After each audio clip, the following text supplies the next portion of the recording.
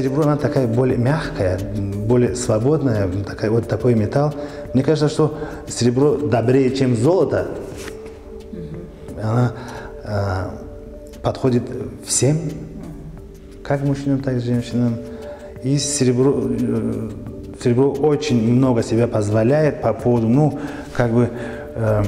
и по химическим свойствам, и по физическим свойствам, по механическим. Она очень, из него можно делать все, что угодно.